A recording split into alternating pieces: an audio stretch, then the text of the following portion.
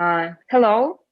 Yeah, today it's our session, Women in Venture Capital and Technology, and our pitch from startups. Um, and please, ladies, Lisa and Radhika, introduce yourself. Lisa, go ahead. Hello. Okay. Hi, I am Lisa Loud used to be a developer at Apple and then moved into PayPal digital acquisition. And more recently, I've been in the fintech payments and blockchain space for the past 3 years and really interested in some of these new projects that are coming out. I do advise a lot of startups on how to prepare themselves for pitching.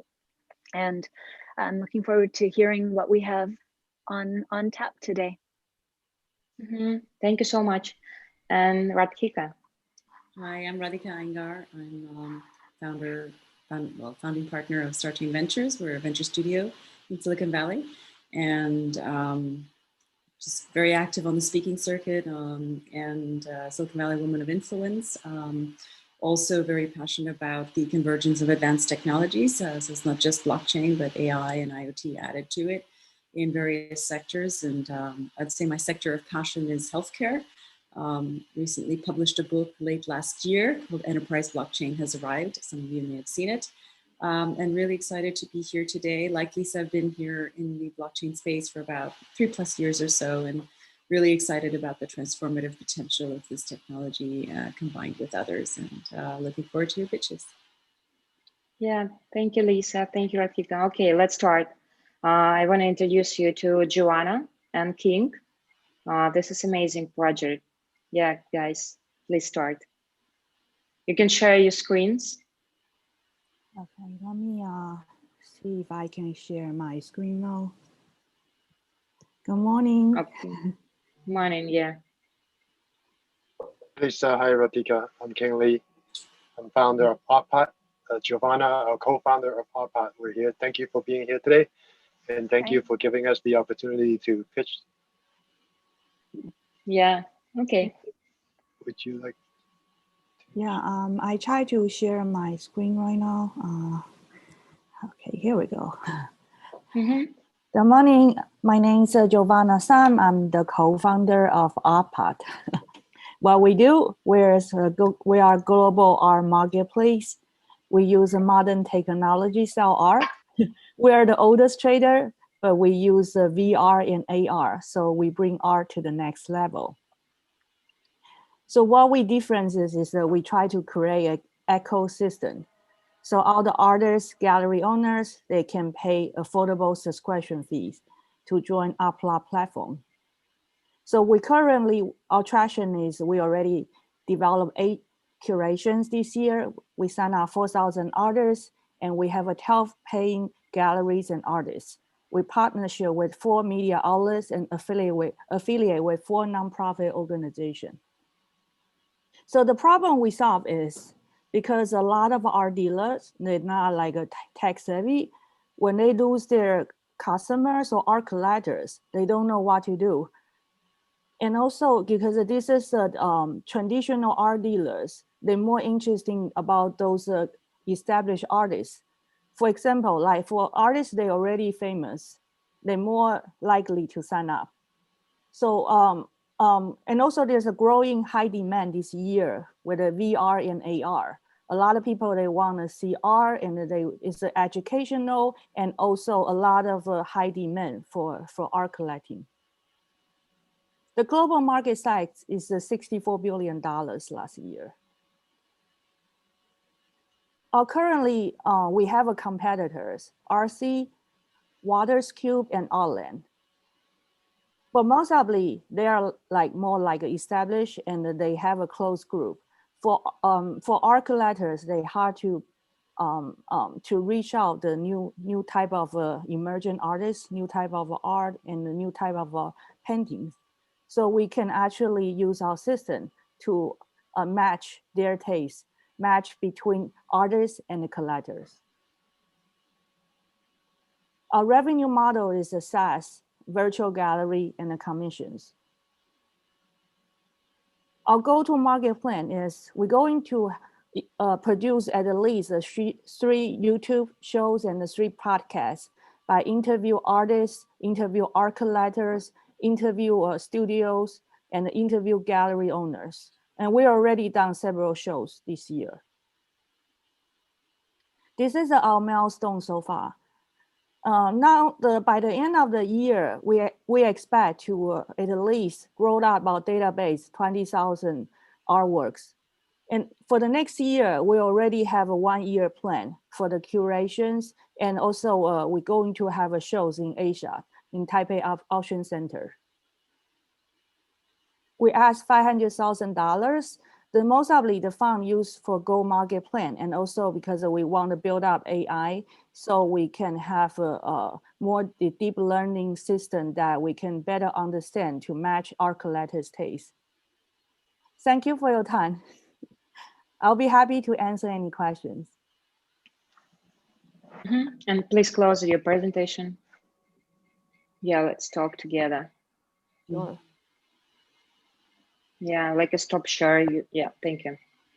Okay, ladies, your questions. Lisa, you want to go first, or? You go ahead.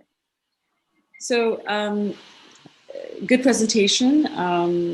I guess I didn't quite understand how you're using technology. I mean, I know you said you're using AR and VR, and of course you're bringing on AI, and I understood a little bit better about the AI application, but how are you using AR, VR? What's differentiated about the use of this technology that's making you a different competitor in the marketplace? And that part 2 to the question would be, in the competitive landscape, how are you really differentiating yourself? I understand you kind of went through the problem statement again, and so I kind of want to understand what the competitors are doing and how you're differentiated with what you're doing.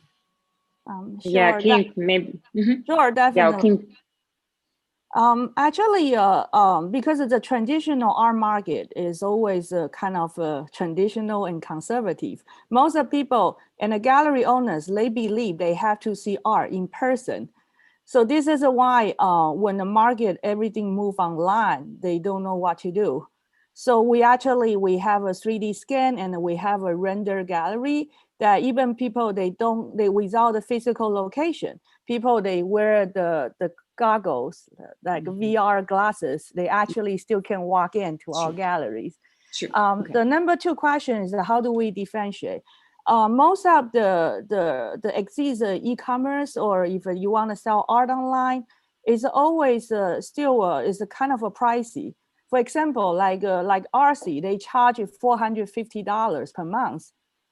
For gallery owner, they just couldn't afford it because the subscription fee is so expensive, just lease their gallery. And also for most of the e-commerce, they charge a 40% commission for artists. So we have a very easy price point, $29, $49, $99, depends on how many hours you're going to lease on outside. So we create an ecosystem. Okay, got it. Thanks. If I may Yeah, add, maybe Tink. Yeah, yes, please, because Tink Sorry. is CTO of this company. Yeah. Yes, if I may add. Yeah, in addition to what Giovanna just explained, if you could look behind me, this is a virtual exhibition that we created for one of our art fair. It's called the Nude Art, one that we just did last week. What we do is we create a render online virtual exhibition, so artists can include their artworks on the fly. This is it's real time updating. If there's a so this is one of the model that we charge for our business model. Is the $29, $49 depending on the size of the artwork and the size of the space that we generate. And then the other business model we have is what Giovanna mentioned, is the virtual tour. Virtual tour is what we actually go to the physical location of the gallery or a artist studio where we do a 3D scan of the space. Okay. I have more questions that I'll let Lisa go after. Thank you. Okay. Yeah. I wanted to ask about the social features because, of course, art is a very interesting thing to market and sell, right? You have to know you have to know your audience, and the art community needs to understand where the artist fits and why they might want, and what's hot, what's trending, all of that. So I was just wondering about those types of features, if you could describe a little bit more who's responsible for that part of the socialization and the community development. It's actually because well, actually I've been in the art business for more than 10 years. So actually started from 10 years ago, I already the curator, and I curate several shows in New York before. So I already know people. There's one thing. The other thing is we live in New York. Really the community is big. And when we start our business early this year, we just we still sponsor until the end of the year, we sponsor nonprofit art organization. So we actually fast grow because each nonprofit art organization, they have a few thousand members in their community. So we just help them in the technology part, and also we scan their galleries, and we interview all the artists. So we just try to support. That's something that we can build up our art community. So you're fostering your own community for the experience, right? And with newsletters and newsletter, most of the event, virtual event, and also we have our office. Actually, we also have a curations. So that's something by appointments only, and also we have about 30 art collectors in our list. So we're going to have art collectors club. It's already happening, but it just need to get more members inside. We have about 30. So the art collectors, they also can bring their art collector friends. And what is your prediction for the art and design industry? What shall be next in next 6 months, or maybe in next 3-4 years, during the COVID, for example? And do you have a plan B for your business? It's actually well, our business model really not affected by COVID or any type of a disease, because actually a lot of art collectors, they kind of care about privacy. So if everything is by appointments only, we can just bring some art, for example, showed in our office, just a one-on-one private session. And also we use a virtual, like a Zoom private sessions. We already done one this summer that we collaborate with Hampton. So we done these art part vernissage Hamptons. Also, we have several connections in Asia. So if something happened in here, like in Taiwan, they don't affect it by COVID at all. They have everything normally. We still have a lot of resource that not affected by COVID. We still can send the paintings or artwork over there. That's actually in this summer we already sent one photographer's work. So she showcased in Art Studio in Taipei. So there's a lot of alternative way. Besides, we have our Exiza business model. We can showcase art in a VR and AR, and also through our mobile app. We have a mobile app that people can download it. So I had another question. How are you addressing authenticity of art? As we know, there's always issues with authenticity of anything.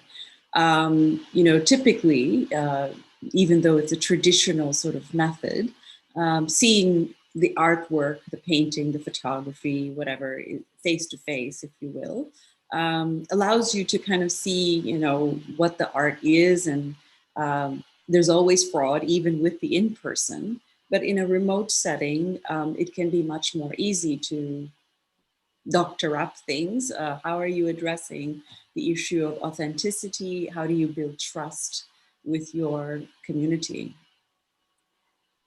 Actually, we sold 2 paintings this year. It's all sold by artists. So they signed the certificate of authenticity and with the signature. So Okay. the art collectors actually receive that. And also to protect art collectors communities is always a communication. We have to treat them really, just try to treat them really carefully. I'll say that because this is a kind of for our business is like a really niche market, and also is a kind of sophisticated. So I the agree way with that. the way we build up trust is it's just because I don't like to say that, but because we're already in the industry for a while, everybody knows everyone. It's not something you can actually jump into it.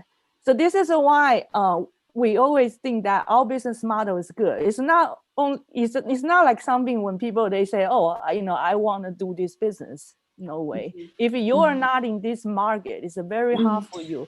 No, I agree with that. I think the pushback that I have is certificates can be forged. There's lots of things that are happening, and everything can be forged and everything can be doctored up to a certain extent. So I think in this day and age where we're seeing a lot of fake products, a lot of fake art, fake everything really, building that trust and providing trust comes from other mechanisms. So I think my feedback to you, I would say the flip side of it is think a little bit more deeply, because I think there's other ways to leverage technology to be able to secure that trust and to build the authenticity of products. So that's my feedback part of the criticism that I have for you. Thank you. And Lisa, do you have feedbacks? I would like to know, this is kind of my standard approach is, what do you have an example of someone who really benefited from your product? Do you have a story about how it made a difference for somebody or solved a problem? We have a Delta MA. We sold their painting this year. They actually they are in Italy. They are in Tunin. They always help us because they spread the word for us, because during the pandemic that a lot of people know Italy and New York, we are the worst, actually, the first and second. I know them for many years, and they know that we have this art business. So they say, how can we that sell our painting, because they're in Italy and we're in New York. Actually, we won't see each other. So so we done several like a video chat, and they send me all the artwork, and they just say, oh, let's do these virtual gallery things. And I say, yeah, why not? So we build this 3D virtual gallery for them, and we sold the art. And actually, they were really helpful. They even introduced the Art and Investment magazine editor. So we got a coverage from that. And also early this year, we have one art nonprofit organization, is the International Print Center New York. They actually, it's very funny because when we started the business, we never think about COVID, because we established just like 2 weeks before COVID. And then we have this customer, they just say they want to have a virtual tour. So we scan the whole gallery, and then all of a sudden they have to shut down their gallery. And there's one critic from Hyperlogic that he kind of review all the virtual gallery, virtual tour thing. So he mentioned us in this article because IPCNY, of course, we are nobody. No one knows what is art part, and no one knows what we do. And he said, oh, this actually IPCNY, their virtual gallery is better than Metropolitan Museum. And we feel like kind of flattering because wow, it's just all of a sudden we even get a lot of requests. It's just that we didn't ask for it. It's just because we just devote ourselves into art, so people they notice. That's a great story. So yeah, I would my feedback for you on pitching would be start with that story of how you you had a request right before COVID, and suddenly they had to close their gallery, and you were the solution, and then you got some attention from that. I would strongly recommend starting with that, because that is a great it's a great way Storytelling. to storytelling. Yeah, Thank to you. get people Yeah. engaged. Well, the value proposition, I agree completely, Lisa, because that kind of a story makes it much more personal, and it makes it much more relatable, and it really drives home the why of what, how Exactly. things Yes. just happened, not just why you exist, but how things just sparked, and where the demand is, right? And so people want to see that that demand is real. It's not just a slide on a presentation deck. Sure. I Thank agree, you. Lisa. And what about on the blockchain, like the opportunities, or maybe payment processing? Do you have Well, I like think that Radhika was Yeah. pointing out that the authenticity is a natural fit for the blockchain application. So if authenticity is of concern, I think that's where you were going, Radhika. Yeah, exactly where I was going with that, because there's use of technology is really it's available. It's not that it's something that is out there in dreamland, right? I mean, it's blockchain is a real technology, and yes, certificates and proving out the truth and the authenticity of something and preventing fraud is extremely important in securing not just trust in your products, but also origination and provenance. I mean, in art, it's all about provenance. As your artist community grows, and as you find that art is not just bought once, but multiple times, the resale value of art and how that value grows over time, and the provenance of who's owned it before, etc. All of that is going to be incredibly important. This is what the art world is all about. And so I urge you to think about blockchain if you haven't already, and build that into your technology roadmap. And then the payment side too. Actually, that's kind of interesting, because we will think about it. I personally, I invest little Bitcoin a long times ago. But for me, I still lack of a knowledge for blockchain, even though I'll give you a tip. Read my book. Sure, definitely. That's good, because one biggest advantage I see it from the blockchain is about data that is even faster than international transaction, because we may have our collectors not from the United States. And of course, blockchain is a lot more easier, and also a lot more protections perhaps. That's a little bit knowledge I have so far.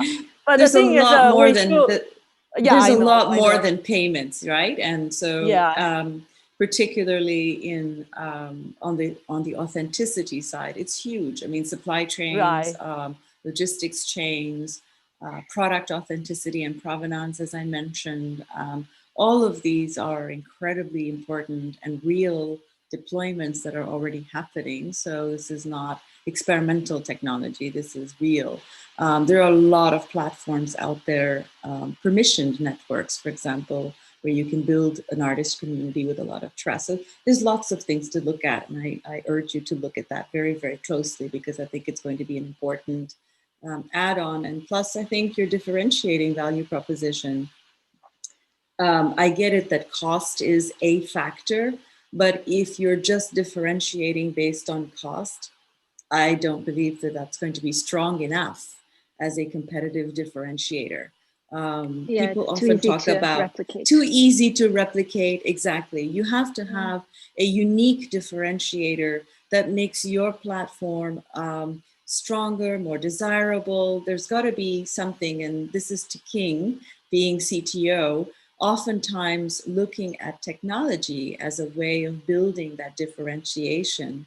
And creating an 18 to 24 month lead over your competition is the strongest way to do it. And technology is a great tool at your disposal to build that competition, competitive differentiation, and make it much more robust and not as easily penetrated by other competitors, right? So cost is a very minor differentiator in my view. Sure. Thank you, Radhika. Thank you. Yes. Yeah, okay. Thank you so much for your feedbacks and for the presentation. And Anatoly, you should be second. Yes, please introduce yourself. Sounds good. Just give me a second. I will share my screen. Yes. Can you see it right now? Yeah. Oh, good. So just I'm Anatoly here in Silicon Valley right now, and excited about what we have built for the last year, and would like to share it with you because we need money to grow much faster and make a transportation industry and travel industry better and bigger. The coronavirus affected on it, but I can explain why we can grow in coronavirus and why it is the best time right now to start this type of business, because everything will go up only. So yeah, I should start. Hi, my name is Anatoly. I'm CEO of Bestmap. Coronavirus affected on transportation and travel industry, but transportation authorities and mobility providers are looking for a new way how to get more customers. At the same time, people struggle with many different applications because we have so many different mobility providers. Like if we talk about scooters only, like Bird, Lime, Scoot, or any bike company. So for each different company, you need a new application.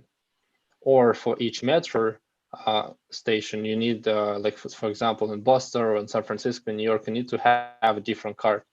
So instead, you can use just our application that combines all in one. And when you go to a new city you've never been to, you don't know anything about local transportation system, how to get from one city to another, specifically in a new country. Bestmap combines all transportation in one app. We are an aggregator. So we combine scooters, buses, trains, airplanes. We sell ticket for bus, train, airplane, and can compare and show you the cheapest price. There are different companies like Wanderer that makes millions of dollars by selling tickets only for bus, train, airplane. This is just another folder in our application.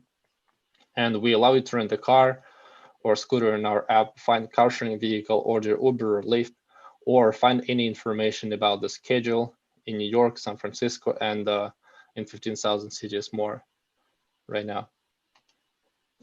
Our users are those who travel around the city, want to get to their job, or just want to go somewhere to the shopping, and instead of 5 different applications to check where's a scooter or where's a car sharing vehicle, so you can have our application to find it and to understand when bus will come to a bus station.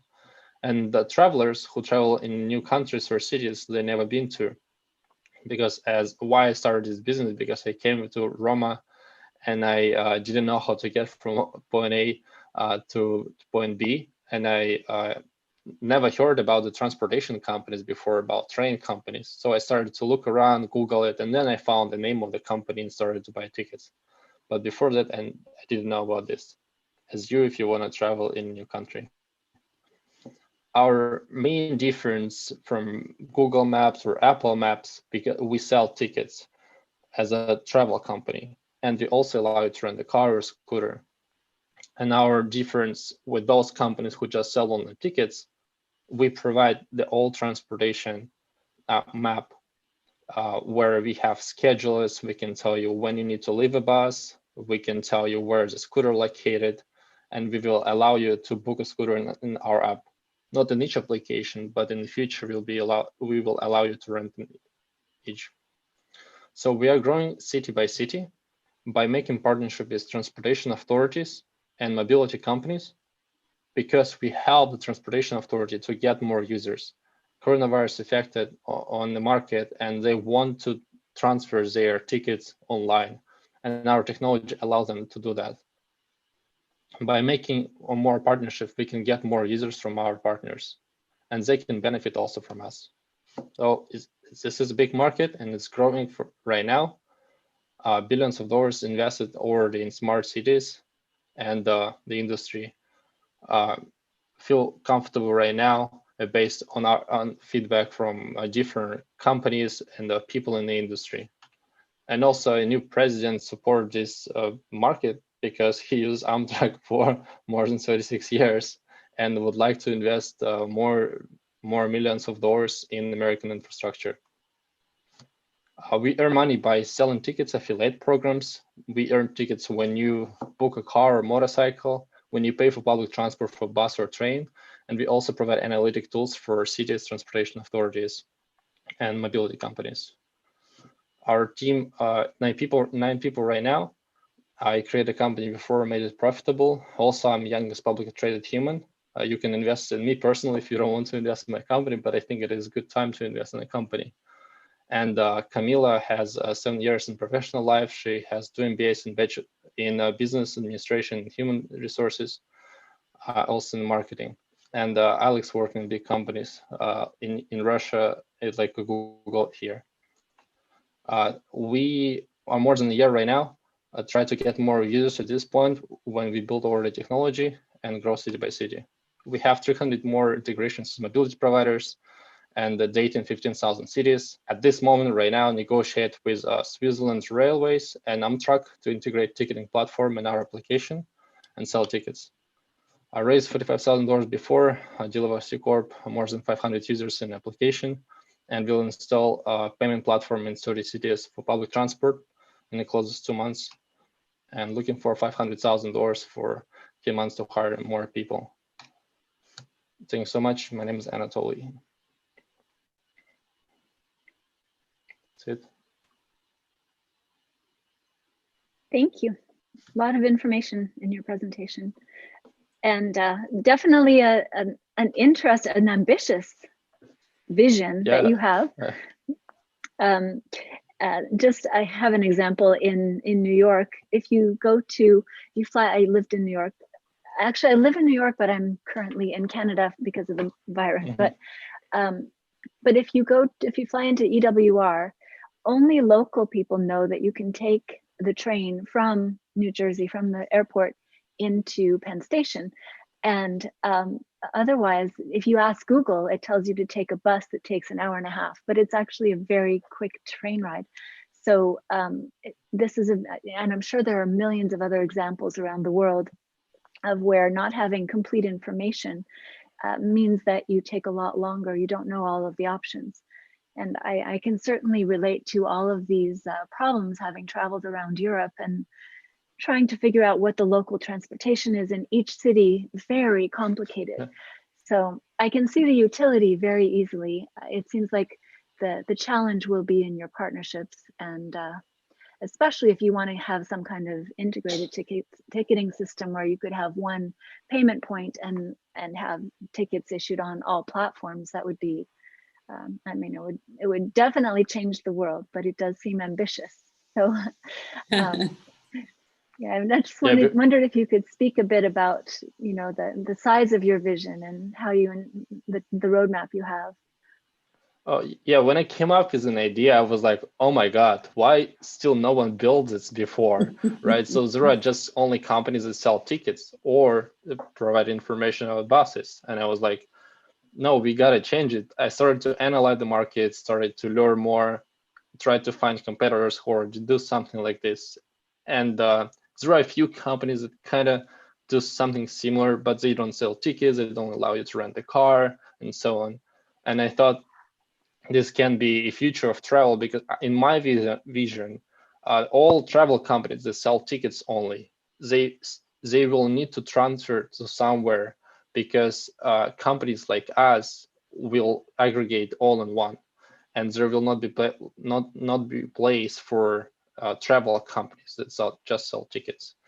And the ability to integrate tickets in our app, to sell tickets inside our app instead of going to somewhere to the station and wait like 30 minutes or something like that physically, or open another website you don't know, you never heard about in a new country. It's a big problem. And if we can do this inside our app, it's a great technology. Yeah, I think in the future, I mean, it's much better for you to use just one app instead of thousands of different applications.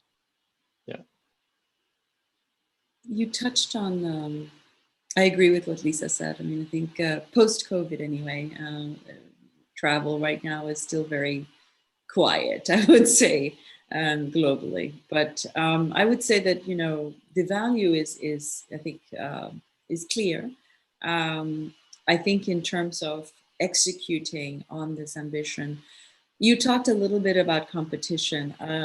It would have been great to have seen, for example, a slide that captured what that competitive differentiation is.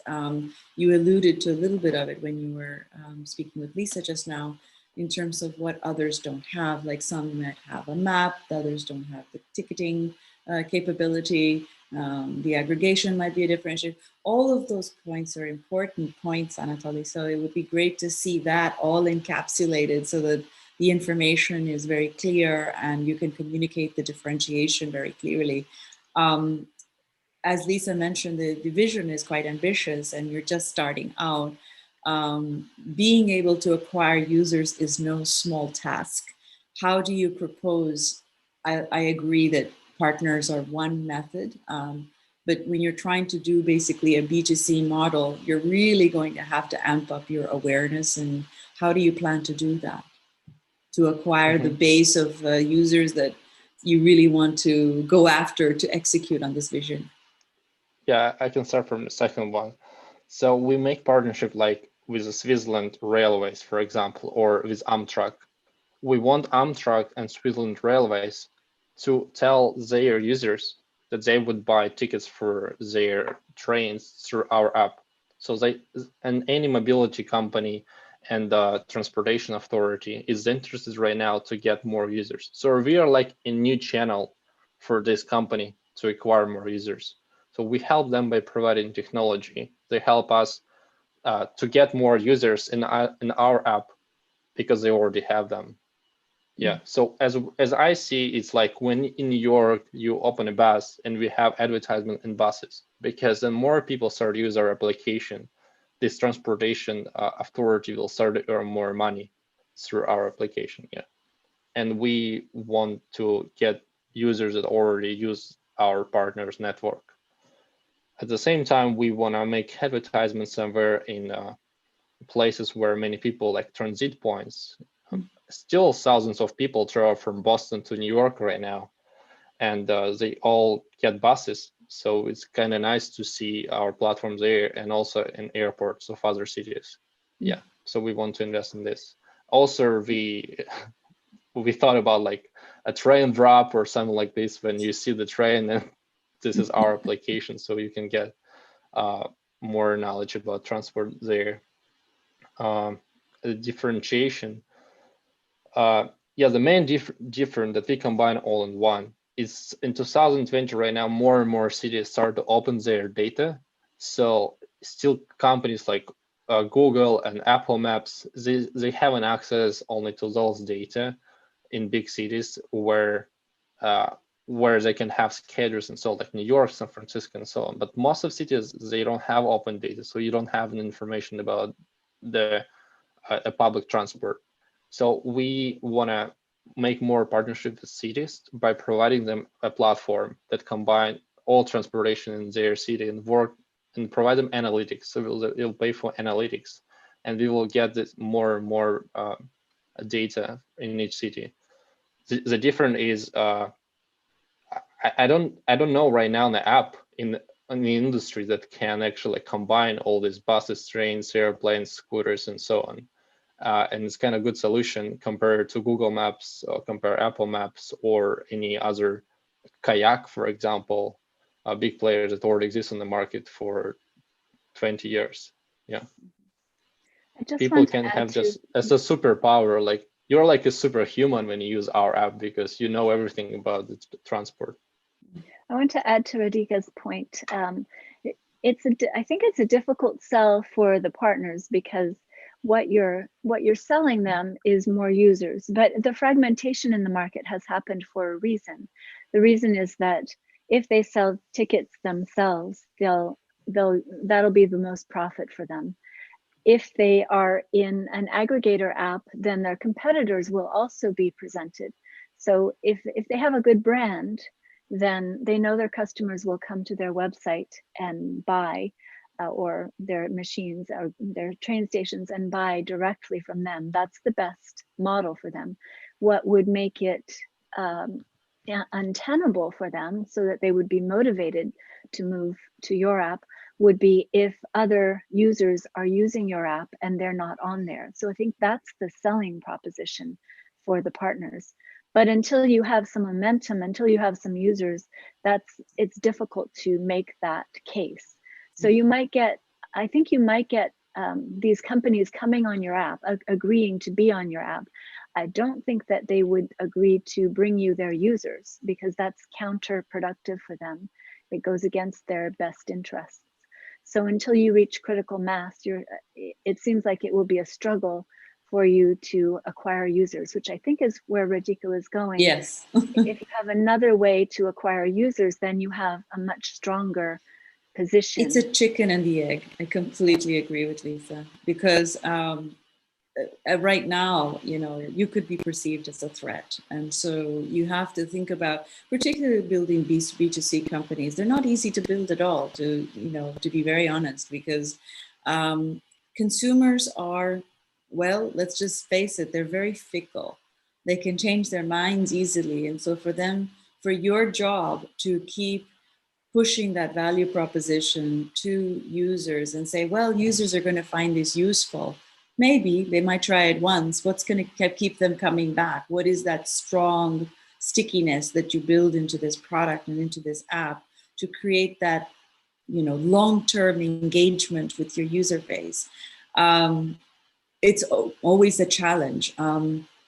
So to Lisa's point again, others, like partners, might not feel compelled to sign on. I mean, the more partners you can convince, like a Swiss Rail, for example, or whatever, you have to build that confidence and trust in your app. And the more that you can show that to partners and say, well, here's what our partner Swiss Rail is telling about us. Here's how it's really changed their business and really boosted their business, for example. Yes. The value proposition really has to be underscored, and it has to be made very real. So coming back to the feedback portion, I agree with Lisa's point, and building that value line in your story and say, why would a partner up with us? Why would a user really use our app and continue to use our app? Not just once, but repeat all the time, spending their time on the app. If you have an example, if you have a story, back to the previous team that pitched, if you have a story, say so, and really talk about the story of which illustrates not only the pain points, but the benefits of what they're gaining by using your app, or why a partner would sign on with you and market you to their users. Yes, exactly. Yeah, I agree with this. Thank you so much for the feedback. I've written down a lot of things. And the thing is, we are also a data provider, right? So even if, I totally agree, it will be hard to get users, but I really believe in the transition with partners, because I have a network who already work with different partners and acquire users from the partners. And the thing is, Switzerland Railways or any other companies, they started to text us because they want to integrate us and some more tickets through our platform, because they don't have it, or they have a website only or something like this. So they want to have a technology that allows them to sell.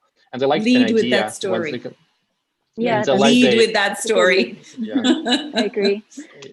And they like the idea that when they will use our app, they can have also buses, or they can have also a publishing tickets platform. So we will launch right now a payment in 30 plus cities in the US. So instead of using 30 plastic cards, you can have our application available public transport in 30 different cities.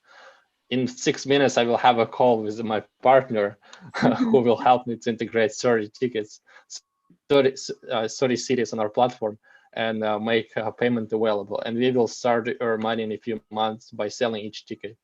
I